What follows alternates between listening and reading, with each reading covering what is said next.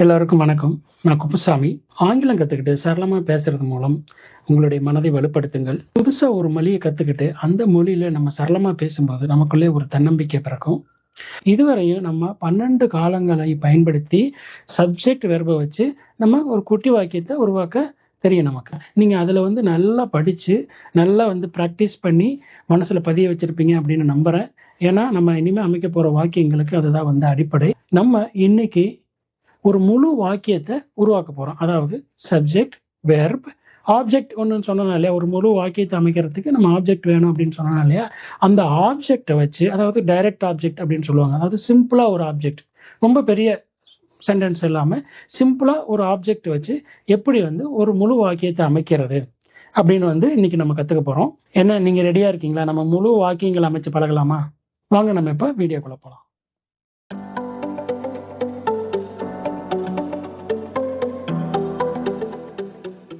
இதுவரையும் நம்ம 12 டென்ஸ்லையும் அடிப்படையான சப்ஜெக்ட் வெர்பை மட்டும் வச்சு வாக்கியங்கள் அமைச்சு பிராக்டிஸ் பண்ணணும். எதனால் அப்படின்னா, ஒரு டென்ஸ்லையும் நம்ம வெவ்வேறு விதமான துணைவினை சொற்கள் வருது, அது இல்லாம வெவ்வேறு விதமான வெப் ஃபார்ம்ஸ் எல்லாம் வருது அப்படின்னு படிச்சோம் இல்லையா? அது குழப்பமடையக்கூடாது, நீங்க தெளிவா புரிஞ்சுக்கணும், மனசுல ஏத்திக்கணும் அப்படிங்கிறதுக்காக நம்ம வெறும் சப்ஜெக்ட் வெர்பை வச்சு படிச்சோம். இப்போ உங்களுக்கு ஒரு ஐடியா இருக்கும்னு நினைக்கிறேன், எந்த காலத்துல எந்த துணைவினை சொல் போடணும், எந்த வெர்ப் ஃபார்ம் வரணும் அப்படின்னு உங்களுக்கு தெரியும். கிட்டத்தட்ட 12 விதமா நம்ம படிச்சிருக்கோம். சரிங்களா? நம்ம இப்ப என்ன பண்ண போறோம் அப்படின்னா, அந்த வாக்கியங்களை அப்படியே தான் அமைக்க போறோம். ஆனா அதை இப்ப கொஞ்சம் அதிகப்படுத்தி, அதாவது எக்ஸ்டெண்ட் பண்ணி அடிஷனலா கொஞ்சம் வார்த்தைகளை போட்டு நம்ம படிக்க போறோம். சரிங்களா? இப்போ சப்ஜெக்ட் வெர்பு போட்டு நம்ம வாக்கியங்கள் அமைச்சோம். அடுத்து என்னது, ஆப்ஜெக்ட். அதை சேர்த்தி நம்ம அதை முழு வாக்கியமா அமைக்க போறோம். இங்க பாருங்களேன், நான் புத்தகம் வாசிக்கிறேன். இது ஒரு முழு வாக்கியம் அமையுது. சரிங்களா? நான் புத்தகம் படிக்கிறேன் அப்படின்னு அர்த்தம். இப்ப இதுக்கு முன்னாடி நம்ம எப்படி படிச்சுக்கிட்டு இருந்தோம்? நான் வாசிக்கிறேன், சப்ஜெக்ட் வெர்பை மட்டும் வச்சு படிச்சோம். ஸோ நான் வாசிக்கிறேன் அப்படிங்கும்போது நீங்க எல்லா காலங்கள்லையும் படிக்கும் பொழுது உங்களுக்கு என்னென்ன வரும் அப்படின்னு மனசுல உங்களுக்கு ஈஸியா பதிஞ்சு போயிருக்கும். சரிங்களா? நம்ம இப்போ கொஞ்சம் அதிகப்படுத்தி இன்னும் சில வார்த்தைகளை போட்டு அந்த வாக்கியங்களை நம்ம அமைக்க போறோம். சரிங்களா? அதுக்கு தான் பேசிக்ஸ் நமக்கு ஸ்ட்ராங்கா இருந்துச்சுன்னா இனி வரும் காலங்கள்ல பெரிய வாக்கியங்கள் அமைக்கும் போது ஈஸியா இருக்கும் அப்படிங்கிறதுக்காக. சரிங்களா? ஸோ இப்ப இந்த வாக்கியத்தை படிங்களேன். நான் புத்தகம் வாசிக்கிறேன். என்ன வருது? நான் வாசிக்கிறேன்னு படிச்ச நம்ம இப்ப நான் அப்படிங்கிறது நமக்கு தெரியும். என்ன வருது? ஐ. சரிங்களா? இந்த புத்தகம் அப்படிங்கிறது நம்ம புதுசா சேர்க்கிற வார்த்தை. இப்ப வாசிக்கிறேன், இது நம்ம ஏற்கனவே படிச்சிருக்கோம்ல. ஏன்னா இதுதான் செயல். இங்க என்ன செயல்? இது செயல். என்ன பண்ணிட்டு இருக்காரு? புத்தகம். சரிங்களா? புத்தகத்தை படிச்சிட்டு இருக்காரு. வாசி, படி எல்லாம் ஒண்ணுதானே. ஸோ வாசிக்கிறேன் அப்படின்னா இப்ப என்னது? வாசிக்கிறதுக்கு படிக்கிறதுக்கு என்னது? ரீட். சரிங்களா? இது என்ன காலத்துல இருக்குது? இப்ப சிம்பிள் பிரசன்ட் இப்ப நடந்துகிட்டு இருக்குது. ஸோ வாசிக்கிறேன் அப்படின்னு இருக்கா, நம்ம படிச்சோம் இல்லையா சிம்பிள் பிரசன்ட்ல. ஸோ அப்ப என்ன போடணும்? ஐ ரீட் அப்படின்னா நான் வாசிக்கிறேன். என்ன வாசிக்கிறேன்? புத்தகம். புத்தகத்துக்கு என்னது? புக். சரிங்களா? So I read book. I read book அப்படின்னா நான் புத்தகம் வாசிக்கிறேன். சரிங்களா? நம்ம ஃபார்மேட் எப்படி அமைக்கணும்னு ஏற்கனவே பார்த்துருக்கோம் இல்லையா? சப்ஜெக்ட் இருக்கணும், வெர்ப் இருக்கணும், அதுக்கப்புறம் ஆப்ஜெக்ட் இருக்கணும். சரிங்களா? நம்ம தமிழ்ல நான் புத்தகம் படிக்கிறேன் அப்படின்னு படிச்சாதான் அது கரெக்டான பொருள் படும். நான் வாசிக்கிறேன் புத்தகம் அப்படின்னு நம்ம தமிழ்ல கரெக்டா வராது. சரிங்களா? இப்போ ஐ read the book, subject, verb and object, அந்த மாதிரி ஃபார்மேட்ல தான் ஆங்கிலத்துல வரும். சரிங்களா? இப்ப அடுத்த வாக்கியத்தை பாருங்க. அவள் ஒரு கதை எழுதினாள். ஒரு கதை எழுதினாள். அவள் என்னது? சப்ஜெக்ட். இங்க செயல் என்னது? எழுதுறது. சரிங்களா? எழுதுறது செயல். எழுதினாள் அப்படின்னு இருக்கிறது அப்படின்னா என்ன அர்த்தம்? அந்த செயல் முடிந்து விட்டது. என்ன எழுதினாள்? ஒரு கதை. சரிங்களா? இப்ப புரியுதா? அவள் ஒரு கதை எழுதினாள். இது எப்படி எழுதுறது அப்படின்னா, அவளுக்கு என்ன படிச்சோம்? சி. இங்க சப்ஜெக்ட். வெர்பு என்ன வருதுங்க? என்ன செயல்? எழுதுறது ஒரு செயல். அந்த செயல் முடிஞ்சிருச்சா இல்ல இனிமேல் தான் நடக்க போகுதா? அந்த செயல் முடிஞ்சிருச்சு. எழுதினால் அப்படின்னா எழுதுறதுக்கு என்னது? ரைட் அப்படின்னு படித்தோம் இல்லையா? ரைட், ரோட், ரிட்டன் அப்படின்னு வந்து 3 வெப் ஃபார்மும் படித்தோம். ஸோ இங்கே வந்து பாஸ்டில் வர்றதுனால இது வந்து சி ரோட் என்ன எழுதினால்? ஒரு கதை. புரியுதுங்களா? ஸோ ஒரு கதைக்கு நீங்கள் உங்களுக்கு ஆங்கிலத்தில் என்ன வார்த்தைன்னு தெரிஞ்சிருக்கணும். அதுதான் வந்து வெக்காபுலரி பவர் அப்படின்னு சொன்னேன். ஸோ இங்கே ஒரு அப்படிங்கிறதுக்கு என்னன்னா எ அப்படின்னு சொல்லுங்க, அ அப்படின்னு சொல்லுவாங்க, அ அப்படின்னு ப்ரொனவுன்ஸ் பண்ணுவாங்க. ஓகே. கதை அப்படிங்கிறதுக்கு என்னது? ஸ்டோரி. ஸ்டோரினா கதை. சரிங்களா? ஸோ இங்க என்ன போடணும் அப்படின்னா she wrote a story. she wrote a story அப்படின்னா அவள் ஒரு கதை எழுதினாள். அந்த செயல் முடிஞ்சிருச்சு. சரிங்களா? இப்போ நான் வருதா இந்த வாக்கியத்தை ஏன் வந்து நம்ம முன்னாடி வந்து ரொம்ப மனசுல பதிகிற மாதிரி படித்தோம் அப்படின்னா இந்த வாக்கியங்களை போடுறது ஈஸி தான். பட் இது கற்றுக்கிறது தான் கொஞ்சம் காம்ப்ளிகேட்டடான ஒரு இது மனசுல ஞாபகம் வச்சுக்கிறத சொல்றேன். சரிங்களா? So she wrote a story அப்படின்னா அவள் ஒரு கதை எழுதினாள். முழு வாக்கியமா அமைஞ்சிருச்சா? இப்ப அடுத்ததை பாருங்க. அவர்கள் வேலையை முடிப்பார்கள். இப்ப இதுல வந்து என்ன வினைச்சொல், அதாவது வெர்பு, முடிக்கிறது வந்து வெர்பு. ஏன்னா அவர்கள் முடிப்பார்கள். இதை விட்டுட்டு இதை மட்டும் படிங்க. அவர்கள் முடிப்பார்கள். என்ன முடிப்பார்கள்? வேலையை முடிப்பார்கள். ஸோ இங்க வேலைங்கிறது வந்து தான் ஆப்ஜெக்ட்ல வரும். சரிங்களா? ஸோ நம்ம இப்ப என்ன பண்ணோம்? தே முடிக்கிறது என்னது? ஃபினிஷ். சரிங்களா? ஆனா இங்க என்ன, இந்த செயல் வந்து நடந்துருச்சா? நடந்துட்டு இருக்குதா? இல்ல. இனிமேல் தான் நடக்க போகுது. இனிமேல் தான் அவங்க அந்த வேலையை முடிப்பார்கள். ஃபியூச்சர். சரிங்களா? Simple future. சிம்பிள் ஃபியூச்சர்ல படித்தோம் இல்லையா? அவர்கள் வேலையை முடிப்பார்கள் அப்படின்னு. ஸோ இப்போ தே முடிப்பார்களுக்கு என்ன நம்ம வந்து ஆங்கிலத்துடைய துணை வினைச்சொல் போடணும்? They will. முடிக்கிறதுக்கு என்னது? ஃபினிஷ். They will finish. அவர்கள் முடிப்பார்கள். என்ன முடிப்பார்கள்? வேலையை முடிப்பார்கள். So they will finish the work. Okay. They will finish the work அப்படின்னா இந்த ஒர்க் அப்படின்னா இது வந்து இங்கே வந்து நவுனாக வரும். நம்ம ஒர்க்குன்னு இன்னொன்று படிச்சோம்ல, ஒர்க். அவர்கள் வேலை செய்தார்கள் அப்படின்னு. சரிங்களா? ஸோ இங்கே ஒர்க் அப்படிங்கும்போது இது வந்து நவுனில் வந்துடும். வேலை அப்படிங்கிற ஒரு நவுனில் வந்துடும், பெயர் சொல்ல வந்துடும். சரிங்களா? ஏன்னா முடிப்பார்கள் அப்படிங்கிற ஒரு வினைச்சொல்ல வந்துருச்சுல. ஸோ அப்படிங்கிற போதுல இங்கே இந்த வேலை வந்து நவுனா இங்கே வந்துடும். புரியுதுங்களா? So they will finish the work. Okay. அப்படின்னா அவர்கள் வேலையை முடிப்பார்கள் அப்படின்னு அர்த்தம். இப்போ நீங்க பாத்தீங்களா, இங்க தி அப்படின்னு வருது, இங்க வந்து ஏ அப்படின்னு வருதுல்ல. இதெல்லாம் என்ன அப்படிங்கிறது? இது வந்து ஏ அப்படின்னா ஒன்று அப்படின்னு அர்த்தம். சரிங்களா? ஒன்று அப்படின்னு குறிக்கிறது. இங்க த வந்து வர்றதெல்லாம் வந்து இது வந்து தனியா நம்ம வந்து நாளை இல்லை அடுத்த நாள் கிளாஸ்ல வந்து உங்களுக்கு டீட்டெயிலாக எக்ஸ்பிளைன் பண்றேன். இப்போதைக்கு வந்து நீங்க இதை வந்து த ஒர்க் அப்படின்னு படிச்சுங்க. ஏ ஸ்டோரி, ஒரு ஸ்டோரி அப்படின்னு படிச்சுங்க. இந்த 3 வாக்கியங்களையும் படிங்களேன். நாங்கள் ஒரு விளையாட்டு விளையாடி கொண்டு இருக்கிறோம். நீ பாடலை பாடிக்கொண்டு இருந்தாய். அவர்கள் படம் பார்த்து கொண்டு இருப்பார்கள். இது நம்ம படிக்கும்போது என்ன படித்தோம்? நாங்கள் விளையாடி கொண்டு இருக்கிறோம் அப்படின்னு நம்ம படித்தோம். ஏன்னா அதை நம்ம புரிஞ்சுக்கிறதுக்காக. இப்போ நம்ம ஒரு ஆப்ஜெக்ட் வந்து ஆட் பண்ணியிருக்கோம். ஒரு விளையாட்டு அப்படிங்கிறது வந்து நம்ம சேர்த்துருக்குறோம். சரிங்களா? இப்போ இங்கே வந்து என்ன படிக்கணும்? நம்ம சப்ஜெக்ட் வெர்பு ஆப்ஜெக்டில் தான் வந்து நம்ம வாக்கிய முறையை அமைக்கணும். சரிங்களா? ஸோ இப்போ நாங்கள் என்ன விளையாடி கொண்டு இருக்கிறோம். சரிங்களா? இப்போ சப்ஜெக்ட் வெர்பு போடணும். இப்போ இங்கே சப்ஜெக்ட் என்னது? பி. விளையாடுறதுக்கு என்னது? பிளே. நம்ம படித்தோம் இல்லையா? விளையாடுறதுக்கு வந்து பிளே. இங்கே என்ன வாக்கிய அமைப்பில் இருக்குது? கொண்டு இருக்கிறோம். ஸோ என்ன? கண்டினியூஸ் டென்ஸுக்கு என்ன துணை வினைச்சொற்கள் வரும் அப்படின்னு வந்து நமக்கு ஏற்கனவே தெரியும். ஸோ வி இது வந்து எதில் இருக்குது? ப்ரெசன்ட்ல இருக்குது. Present continuous tense. So we வரும்போது என்ன வரும்? We are play ING. So playing அப்படின்னு வருமா? We are playing. நாங்கள் விளையாடிக்கிட்டு இருக்கோம். என்ன விளையாடிக்கிட்டு இருக்கோம்? ஒரு விளையாட்டு. ஒரு அப்படின்னா என்னன்னு படிச்சோம்? விளையாட்டுக்கு என்னது? கேம். கேம் எந்த விளையாட்டு வேணாலும் இருக்கலாம். கிரிக்கெட்டா இருக்கலாம், கில்லியா இருக்கலாம், கபடியா இருக்கலாம். புரியுதுங்களா? ஏன்னா ஒரு விளையாட்டு அப்படின்னு சொல்லியிருக்காங்க. அதை வந்து ஸ்பெசிஃபிக்கா என்ன விளையாட்டுன்னு நம்ம சொல்லலை. சரிங்களா? We are playing a game.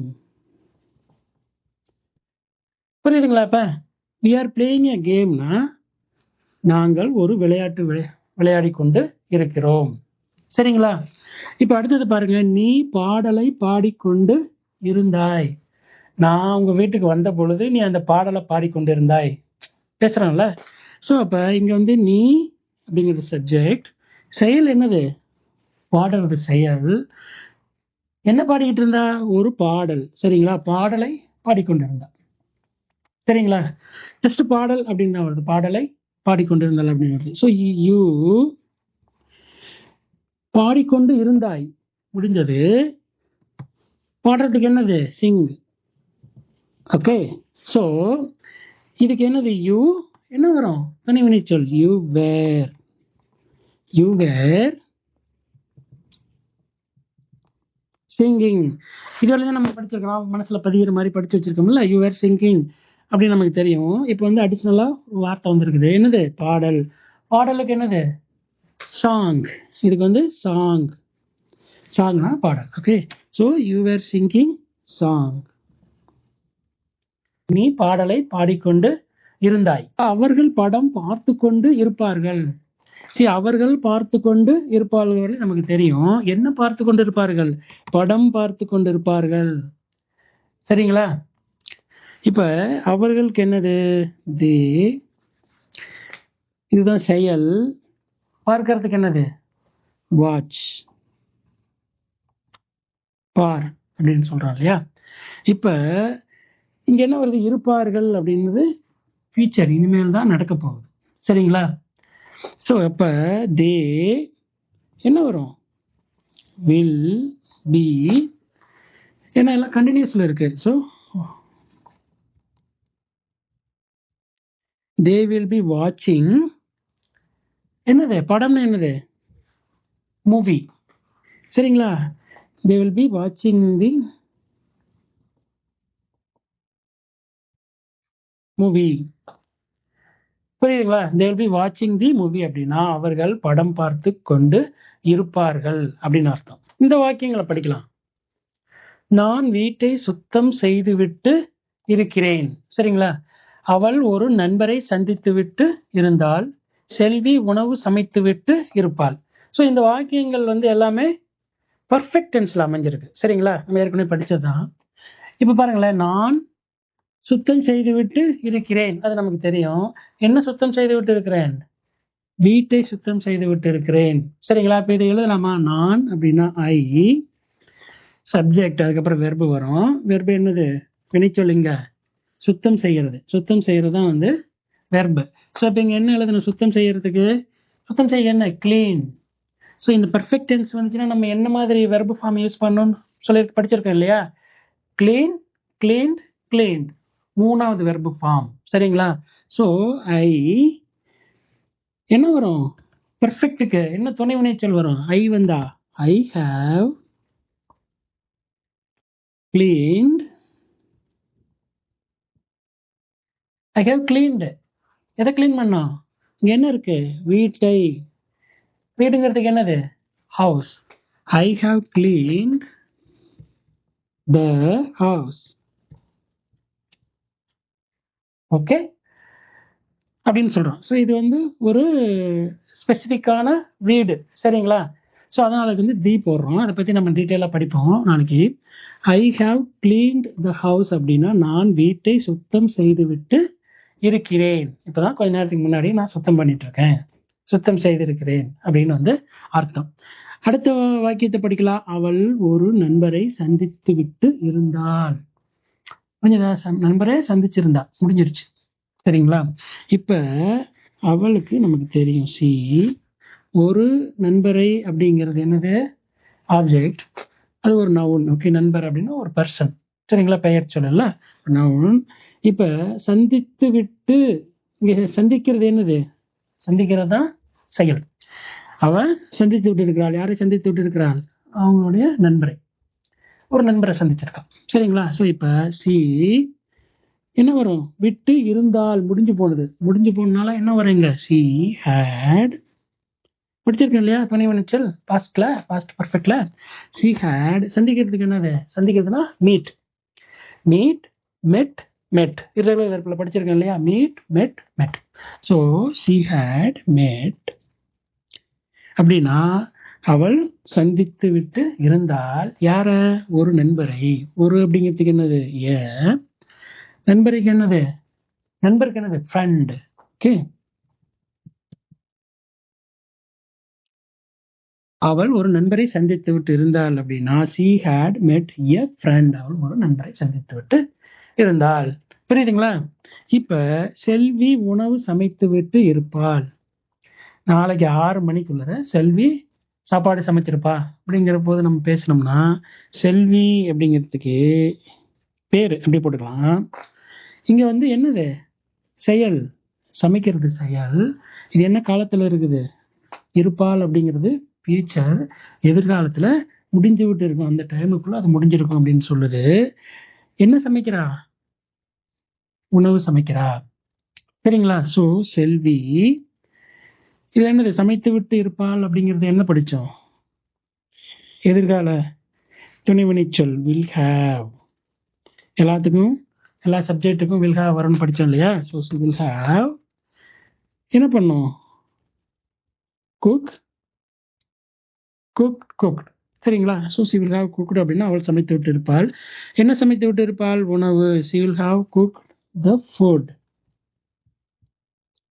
Food அப்படின்னா உணவு அப்படின்னு அர்த்தம்.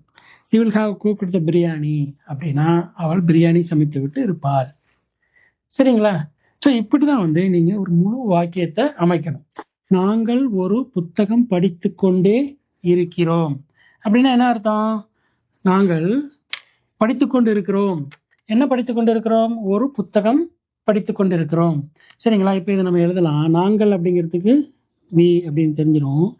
இது என்ன டென்ஸ்ல இருக்கு? பர்ஃபெக்ட் கண்டினியூஸ் டென்ஸ்ல இருக்கு. சரிங்களா? ஸோ இப்போ நாங்கள் படித்துக் கொண்டு இருக்கிறோம் எப்படி படித்தோம் நம்ம? இங்க வந்து செயல் என்னது? படிக்கிறது. எதை படிக்கிறோம்? ஒரு புத்தகம் படிக்கிறோம். புரியுதுங்களா? ஸோ இப்போ இது வந்து எந்த காலத்தில் இருக்குது? நிகழ்காலத்தில் இருக்கு, ப்ரெசன்ட்ல இருக்கு. ஸோ ப்ரெசன்ட்ல வி வரும்போது என்ன வரும்? வி ஹாவ் கொண்டே இருக்குது இல்ல? ஸோ வி ஹாவ் பீன் என்ன பண்றோம்?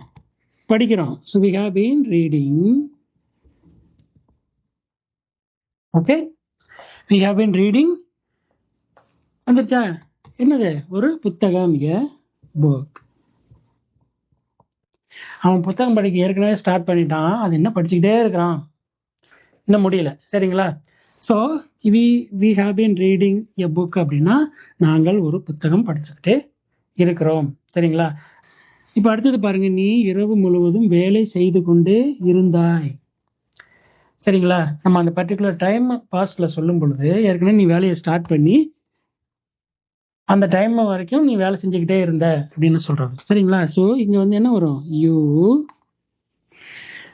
என்ன இதுல செயல்? வேலை செய் அப்படிங்கிறது செயல். ஓகேங்களா? ஸோ அதுக்கு என்ன படிச்சான்? You had been.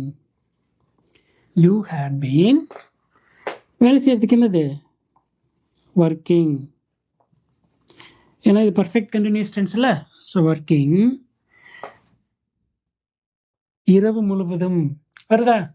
சரிங்களா? ஸோ இப்போ இரவு முழுவதும் என்ன போடலாம்? You had been working. இரவு அப்படிங்கிறதுக்கு என்னது? நைட். Okay, night. முழுவதும் அப்படிங்கிறதுக்கு என்னது? முழுவதும் அப்படின்னா நம்ம 2-3 வார்த்தைகள் சொல்லலாம். நம்ம வந்து இப்போதைக்கு ஆல் அப்படின்னு வச்சுக்கலாம். ஆல் அப்படின்னா எல்லாம் அப்படின்னு அர்த்தம். ஸோ ஆல் நைட் அப்படிங்கிற போது எல்லா இரவுகளும், இரவு முழுவதும் அப்படின்னு அர்த்தம். சரிங்களா? So you had been working all night. ஓகேங்களா? ஸோ இது வந்து புதுசாக நம்ம சேர்த்திருக்கிற வார்த்தை. ஸோ நீ இரவு முழுவதும் வேலை செய்து கொண்டே இருந்தாய். You had been working all night. ஆல்னா எல்லாம், என்ன முழுதும் அப்படின்னு சொல்லலாம். நைட்னா இரவு. ஸோ நீ இரவு முழுவதும், எல்லா இரவும் நீ வேலை செய்து கொண்டிருந்தாய். என்ன இந்த ஹோல் நைட் அப்படின்னு கூட சொல்லலாம். ஹோல் அப்படின்னா முழுவதும் அப்படின்னு அர்த்தம். சரிங்களா? ஸோ அடுத்த வாக்கியத்தை பார்க்கலாம். அவர்கள் கோரிக்கையை எதிர்பார்த்து கொண்டே இருப்பார்கள். எதுல இருக்கு? ஃபியூச்சர் பர்ஃபெக்ட் டென்ஸ், கண்டினியூஸ் டென்ஸ்ல இருக்கு. அவர்களுக்கு என்னென்ன தே. ஓகே, இங்க எது செயல்? எதிர்பார்த்து கொண்டு இருக்கிறது. எதிர்பார்க்கிறது. எதிர்பார்க்கறதுக்கு என்னது? எக்ஸ்பெக்ட். எக்ஸ்பெக்ட் அப்படின்னா ஐ எக்ஸ்பெக்ட் அப்படின்னா நான் எதிர்பார்க்கிறேன் அப்படின்னு அர்த்தம். சரிங்களா? ஐ எக்ஸ்பெக்ட் யூ அப்படின்னா நான் உன்னை எதிர்பார்க்கிறேன் அப்படின்னு அர்த்தம். சரிங்களா? ஸோ எக்ஸ்பெக்ட் அப்படின்னா எதிர்பாரு, அதான் வந்து செயல். கொண்டே இருப்பார்கள் அப்படின்னு வருது. Future perfect continuous. So they will have been. They will have been. என்ன வரும்? expecting அப்படின்னா அவர்கள் எதிர்பார்த்து கொண்டே இருப்பார்கள். என்ன எதிர்பார்த்து கொண்டு இருப்பார்கள்? கோரிக்கை. கோரிக்கைன்னு உங்களுக்கு தெரிஞ்சிருக்கணும். சரிங்களா? அதான் வெக்காபுலரி பவர் நமக்கு வேணும் அப்படின்னு சொல்லியிருந்தேன். ஸோ கோரிக்கையை வந்து ஆங்கிலத்தில் எப்படி சொல்லலாம்? ரெக்வஸ்ட். ஓகே, ஸோ அவர்கள் எதிர்பார்த்து கொண்டே இருப்பார்கள், கோரிக்கையை எதிர்பார்த்து கொண்டே இருப்பார்கள் அப்படின்னா ஏற்கனவே கோரிக்கைனா என்னன்னு அவங்களுக்கு தெரியும். So they will have been expecting வச்சிடலாம் தி ரெக்வஸ்ட். ஓகே, தி ரெக்வஸ்ட் அப்படின்னா ரெக்வஸ்ட் அப்படின்னா கோரிக்கை. சரிங்களா? நாங்கள் ஒரு புத்தகம் படித்து கொண்டே இருக்கிறோம் அப்படின்னா we have been reading a book. ஓகேங்களா? நீ இரவு முழுவதும் வேலை செய்து கொண்டே இருந்தாய் அப்படின்னா you had been working all night. சரிங்களா? அவர்கள் கோரிக்கையை எதிர்பார்த்து கொண்டே இருப்பார்கள். they will have been expecting the request. புரியுதுங்களா? ஸோ இப்படிதான் வந்து நம்ம ஒரு முழு வாக்கியத்தை அமைச்சு பழகணும். நம்ம இன்னும் கொஞ்சம் உதாரணங்களை பார்க்கலாம்.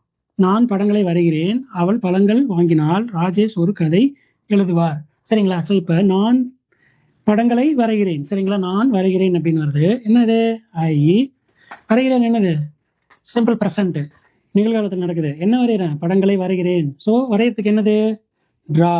I draw. என்ன வரைகிறேன்? படங்கள். படங்கள். படம் அப்படின்னா பிக்சர், படங்கள் அப்படின்னா பிக்சர்ஸ். ஓகேங்களா? So I draw pictures.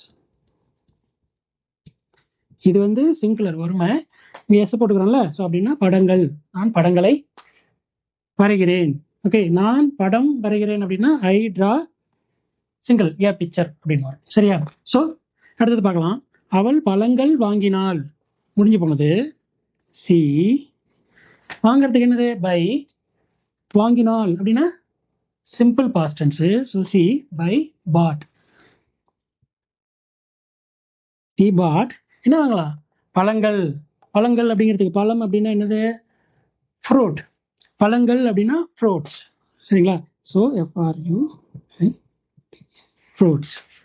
சரிங்களா? சி பாட் ஃப்ரூட்ஸ் அப்படின்னா அவள் பழங்கள் வாங்கினாள். புரியுதா? ராஜேஷ் ஒரு கதை எழுதுவார். ஓகேங்களா? ராஜேஷ் எழுதிட்டோம். எழுதுவார். எழுதுவாருக்கு என்னது? எழுதுறதுக்கு என்னது? ரைட். எப்ப? ஃபியூச்சர்ல. என்ன எழுதுவார்? ஒரு கதை. சரிங்களா? Rajesh will write a story. கொஞ்ச நேரத்துக்கு முன்னாடி பார்த்தோம்ல, ஒரு கதை, ஒருனா எ, இது வந்து story. Okay, so Rajesh will write a story. நாங்கள் உணவு சாப்பிட்டு கொண்டு இருக்கிறோம், அவள் சுவையான பிரியாணி சமைத்து கொண்டு இருந்தால், அவர்கள் உடைந்த நாற்காலியை சரி செய்து கொண்டு இருப்பார்கள். சரிங்களா? இதெல்லாம் கண்டினியூஸ் டென்ஸ்ல இருக்கு. இப்போ நாங்கள் அப்படின்னா வி. இங்க என்னது? செயல். சாப்பிட்றது. சாப்பிட்றதுக்கு என்னது? ஈட். கண்டினியூஸ்ல இருக்குல்ல, கொண்டு இருக்கிறோம் அப்படின்னு. ஸோ வி ஆர் ஈட்டிங் என்ன? உணவு. So we are eating food. நாங்கள் உணவு சாப்பிட்டு கொண்டு இருக்கிறோம். அடுத்த லைன் பாருங்க. அவள் அப்படின்னா சி. இங்க என்னது? செயல். சமைக்கிறது. கொண்டு இருந்தால் இப்ப முடிஞ்சிருச்சு.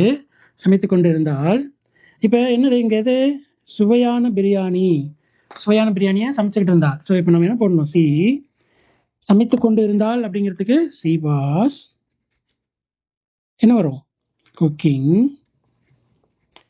சுவையான பிரியாணி. பிரியாணி என்ன பிரியாணி, சுவையான பிரியாணி அப்படின்னா delicious biryani. She was cooking delicious biryani. புரிஞ்சுச்சுங்களா? அவர்கள் உடைந்த நாற்காலியை சரி செய்து கொண்டு இருப்பார்கள். அவர்களுக்கு என்னது, தே என்னது செயல், சரி செய்யறது செயல். என்னத்தை சரி செய்யறாங்க, உடைந்த நாற்காலியை சரி செய்யறாங்க. சரியா? ஸோ அப்பனா தே வில் பி ஃபிக்ஸிங், என்னது, they will be fixing the broken சேர். சேர்னா நாற்காலி, brokenனா உடைந்த, they will be fixing the broken chair. புரிஞ்சுங்களா?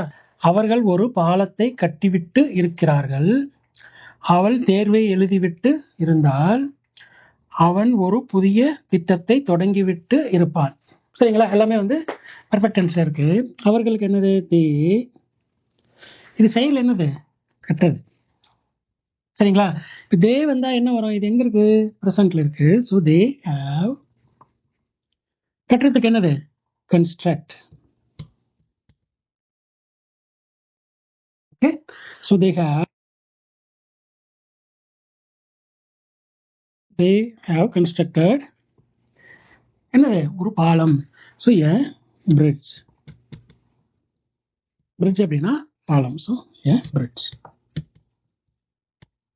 Okay, they have construct a bridge அப்படின்னா அவர்கள் ஒரு பாலத்தை கட்டிவிட்டு இருக்கிறார்கள். அடுத்தது பார்க்கலாம், அவள் தேர்வை எழுதிவிட்டு இருந்தால். அவள், அவள்னா சி, இங்க எழுதுறது என்ன எழுதிருந்தா, தேர்வை முடிஞ்சு போச்சு. So she had wrote written. Okay, she had written என்ன, தேர்வு. She had written the exam. Okay, எக்ஸாம்னா தேர்வு, டெஸ்ட் அப்படின்னு சொல்றாங்க இல்லையா? ஸோ தேர்வை எழுதிவிட்டு இருந்தால். அவன் ஒரு புதிய திட்டத்தை தொடங்கிவிட்டு இருந்தான். அவனுக்கு என்னது, ஹி இருப்பான். அவன் ஒரு புதிய திட்டத்தை தொடங்கிவிட்டு இருப்பான். சரிங்களா? ஸோ தொடங்குறது செயல், என்னது, ஒரு புதிய திட்டம். புரியுதுங்களா? ஸோ அவன் என்ன பண்ணும், வில் ஹாவ், தொடங்குறதுக்கு என்னது, start. Okay, start, started. Okay, he will have started. இங்க வந்து புதிய அப்படிங்கிறதுக்கு என்னது, நியூ. திட்டம் என்னது, நியூ ப்ராஜெக்ட். ஓகே, சொல்லலாம் இல்லையா, ப்ராஜெக்ட் ஆர் பிளான் எதுவும் சொல்லலாம். So he will have started a new project. Okay, நாங்கள் ஆழமாக யோசித்துக் கொண்டே இருக்கிறோம். நீ கிரிக்கெட் விளையாடி கொண்டே இருந்தாய். அவன் திறமைகளை பயிற்சி செய்து கொண்டே இருப்பான். எல்லாமே வந்து பர்ஃபெக்ட் கண்டினியூஸ் டென்ஸ்ல இருக்கு. ஓகே, இது எழுதலாமா? நாங்கள் அப்படிங்கிறதுக்கு வி, செயல் என்னது, யோசிக்கிறது. என்ன காலத்தில் இருக்குது, ப்ரெசென்ட்ல இருக்கு. ஸோ வி ஹேவ் பீன், யோசிக்கிறதுக்கு என்னது, திங்க். கரெக்டா? So thinking, we have been thinking. எப்படி யோசிச்சுட்டு இருக்கிறோம், ஆழமாக யோசிக்கிறோம். ஸோ இந்த ஆழமாக அப்படிங்கிறது புது வார்த்தை, டீப்லி அப்படின்னு அர்த்தம். டீப்லினா ஆழமாக. So we have been thinking deeply, ஆழமா யோசிச்சுட்டு இருக்கிறோம் அப்படின்னு அர்த்தம். நீ கிரிக்கெட் விளையாடி கொண்டே இருந்தாய். சரிங்களா? இது வந்து முடிஞ்சது, விளையாடுறது செயல். என்ன விளையாடுறோம், கிரிக்கெட். சரிங்களா? ஸோ யூ கொண்டே, ஸோ யூ ஹேட் பீன் என்னது, பிளேயிங். பிளேயிங் என்ன, playing cricket. You had been playing cricket அப்படின்னா நீ கிரிக்கெட் விளையாடி கொண்டே இருந்தாய். அவன் திறமைகளை பயிற்சி செய்து கொண்டே இருப்பான், ஃபீச்சர். சரிங்களா? இது பர்ஃபெக்ட் கண்டினியூஸ். பயிற்சி செய் அப்படிங்கிறது செயல். என்ன பயிற்சி செய்யறது, திறமைகளை. சரிங்களா? ஸோ இப்போ ஹீ, ஃபீச்சர் பர்ஃபெக்ட் கண்டினியூஸ்க்கு என்ன வரும், வில் have been பயிற்சி செய்யறதுக்கு என்னது ப்ராக்டிசிங். ஓகே, ப்ராக்டிசிங் என்னது திறமைகளுக்கு என்னது ஸ்கில்னா திறமைகள் அப்படின்னா skills. he will have been practicing skills. ஓகேங்களா? இப்படிதான் வாக்கியங்கள் உருவாக்கணும். உங்களுக்கு வந்து நான் ப்ராக்டிஸ் வாக்கியங்கள் கொடுக்குறேன், அதை வந்து நீங்கள் ப்ராக்டிஸ் பண்ணி பாருங்க. சப்ஜெக்ட் இருக்கும், வெர்பு இருக்கும், ஒரு சிம்பிளான ஒரு ஆப்ஜெக்ட் இருக்கும். சரிங்களா? ஸோ அதெல்லாம் நீங்கள் ப்ராக்டிஸ் பண்ணி பாருங்கள். அடிப்படையான ஆங்கிலத்தை நல்லா புரிஞ்சுக்கிட்டு படிங்க. வாக்கியங்களை மனப்பாடம் பண்ணாதீங்க, வாக்கியங்களை அமைக்கக்கூடிய ஃபார்முலாவை மனப்பாடம் பண்ணிக்கங்க. சரிங்களா? வாக்கியங்கள் வந்து ஸ்பான்டேனியஸாக அதை வந்து நீங்களே உருவாக்கி பேசணும். சரிங்களா? அதுக்கு தான் வந்து வெக்காபுலரி பவர் நமக்கு வேணும். வெக்காபுலரி டெய்லி 20 வார்த்தைகள் கற்றுக்குங்க. அப்போ தான் வந்து உங்களால் ஆங்கில வாக்கியங்களை உருவாக்கி பேச முடியும். ஸ்க்ரீனை பாருங்களேன். இந்த ஸ்க்ரீனில் நான் வந்து நிறைய தமிழ் வாக்கியங்கள் கொடுத்துருக்கேன். இந்த வாக்கியங்களை நீங்கள் என்ன பண்ணுங்கள், அப்படியே வந்து ஆங்கிலத்தில் மொழிபெயர்த்து ப்ராக்டிஸ் பண்ணுங்கள். சிம்பிளாக தான், subject verb object, direct object, அதாவது சிம்பிளான ஆப்ஜெக்ட் நீங்கள் வந்து ஈஸியாக மொழிபெயர்க்கிறதுக்காக நான் வந்து கொடுத்துருக்கேன். இதை வந்து அப்படியே நீங்கள் ஆங்கிலத்தில் எழுதி ப்ராக்டிஸ் பண்ணுங்கள். நீங்கள் இப்போ இந்த ஆங்கில வாக்கியங்கள் பாருங்களேன், இங்கே நிறைய வாக்கியங்கள் கொடுத்துருக்கேன். ஸோ இந்த வாக்கியங்களை என்ன பண்ணுங்கள், நீங்கள் அப்படியே தமிழில் மொழிபெயர்த்து எழுதுங்க. ஏன் தமிழில் மொழிபெயர்த்து எழுதுறேன்னு நான் வந்து ஏற்கனவே சொல்லியிருக்கேன்ல, நம்ம ஒருத்தர்கிட்ட பேசும்போது அவங்க திருப்பி பேசுவாங்க, அதை நம்ம கேட்டு நம்ம மனசு ப்ராசஸ் பண்ணணும்ல. சரிங்களா? ஏன்னா அது வந்து இந்த லிசனிங் ஸ்கில்ஸ் அப்படின்னு சொல்லுவாங்க. அவங்க பேசுறது எந்த மாதிரியான ப்ரொனவுன்சியேஷன் இருக்கும் அப்படின்னு வந்து நமக்கு தெரியாதுல்ல. ஒவ்வொருத்தரும் ஒவ்வொரு மாதிரியாக பேசுவாங்க. ஸோ அவங்க பேசுறத வந்து நம்ம புரிஞ்சுக்கிட்டு அதை வந்து நம்ம மனசுக்குள்ள வந்து என்ன பண்ணணும், ப்ராசஸ் பண்ணி அண்டர்ஸ்டாண்ட் பண்ணிக்கணும்ல. ஏன்னா நம்ம தமிழ்ல இருந்து தான் வந்து ஆங்கிலம் கற்றுக்குறோம். சரிங்களா? அதனால நம்ம போக போக அது வந்து நமக்கு பழகிடும். அதுக்கப்புறம் நம்ம ஆங்கிலத்திலேயே திங்க் பண்ண ஆரம்பிச்சிருவோம். ஸோ இப்போ ஸ்டார்டிங்கில் நீங்கள் புரிஞ்சுக்கிறதுக்காக நீங்கள் ஆங்கிலத்தில் இருந்தும் தமிழில் மொழிபெயர்த்து பழகிக்கங்க. அது ஒரு நல்ல ப்ராக்டிஸ். சரிங்களா? நீங்கள் இன்னும் யூடியூப் சேனலை சப்ஸ்கிரைப் பண்ணல அப்படின்னா மறக்காமல் சப்ஸ்கிரைப் பண்ணிக்கங்க. பெல் ஐக்கானை கிளிக் பண்ணி வச்சுங்க. அப்போ தான் நான் போடுற வீடியோ உங்களுக்கு வந்து சேரும். இந்த வீடியோ உங்களுக்கு பயனுள்ளதாக இருந்துச்சுன்னா ஒரு லைக்கை போடுங்க, உங்கள் கமெண்ட்ஸுகளை பதிவிடுங்க. நம்ம மீண்டும் வேறொரு வீடியோவில் சந்திப்போம். நன்றி, வணக்கம்.